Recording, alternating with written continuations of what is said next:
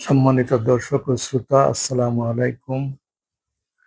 1971 সালে বাংলাদেশ পৃথিবীর মানচিত্রে একটি স্বাধীন ও সার্বভৌম রাষ্ট্ররূপে আত্মপ্রকাশ করে।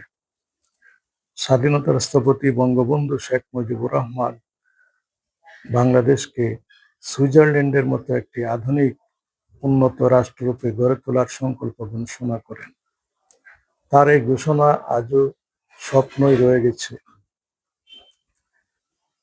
বিগত 55 বছরের রাজনৈতিক বিরোধ ও ক্ষমতার পরিবর্তন এদেশের আর্থসামাজিক উন্নয়নকে চরম ক্ষতিগ্রস্ত করেছে।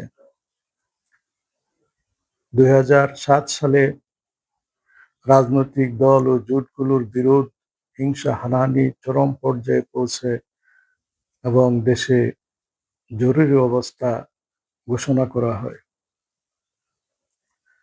রাজনৈতিক দল ও জোটগুলো সন্ত্রাস ও দুর্নীতির সঙ্গে সংশ্লিষ্ট থাকার যথেষ্ট প্রমাণ পাওয়া যায়। জরুরি অবস্থা উঠে যাওয়ার পর দেশটি পূর্বের অবস্থায় ফিরে আসে।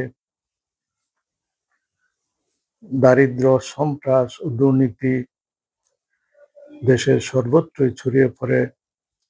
বর্তমানে বাংলাদেশ পৃথিবীর মানচিত্রে একটি দরিদ্র ও দুর্নীতিগ্রস্ত দেশ রূপে পরিচিতি লাভ করেছে।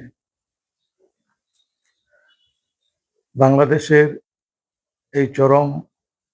এই জটিল রাজনৈতিক পরিস্থিতি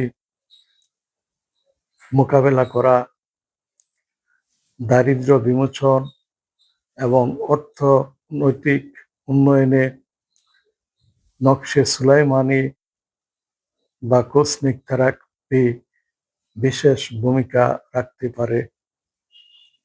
অতি প্রাচীনকাল থেকে নবী, রসুল, অবতারগণ মহাকাশে স্বর্গ নরকের অস্তিত্বের কথা প্রচার করে আসছেন। তারা মানব জাতিকে স্বর্গের সুসংবাদ ও নরকে ভয় প্রদর্শন করেন। আধুনিক গবেষণা দ্বারা বিজ্ঞানীরা মহাকাশে সেই স্বর্গ নরক আবিষ্কার ও শনাক্ত করতে সক্ষম হয়েছেন। তাই এ বিষয়টি আজ স্পষ্ট হয়ে পড়েছে যে বাংলাদেশের রাজনৈতিক নেতৃবৃন্দ, রাজনৈতিক দল ও জোটগুলো নরকের অগ্নিকুণ্ড থেকে পরিত্রাণ লাভ করে মহাকাশে চিরস্থায়ী স্বর্গে যাওয়ার জন্য একটিমাত্র বিশ্বাসের ভিত্তিতে ঐক্যবদ্ধ হবেন। এদেশের জনগণ নরকের অগ্নিকুণ্ড থেকে পরিত্রাণ লাভ করার জন্য সকল প্রকার অস্বাভাবিক ও অন্যায় কাজ থেকে বিরত হবেন এবং সুন্দর ও সুশৃঙ্খল জীবন যাপন করে স্বর্গে যেতে সচেষ্ট হবেন। ফলে যাবতীয় সন্ত্রাস, দুর্নীতি, হিংসা, হানাহানি এদেশ থেকে নির্মূল হবে এবং বাংলাদেশ প্রকৃত অর্থেই সুইজারল্যান্ডের মতো একটি আধুনিক ও উন্নত রাষ্ট্র তথা স্বর্গরাজ্যে পরিণত হবে।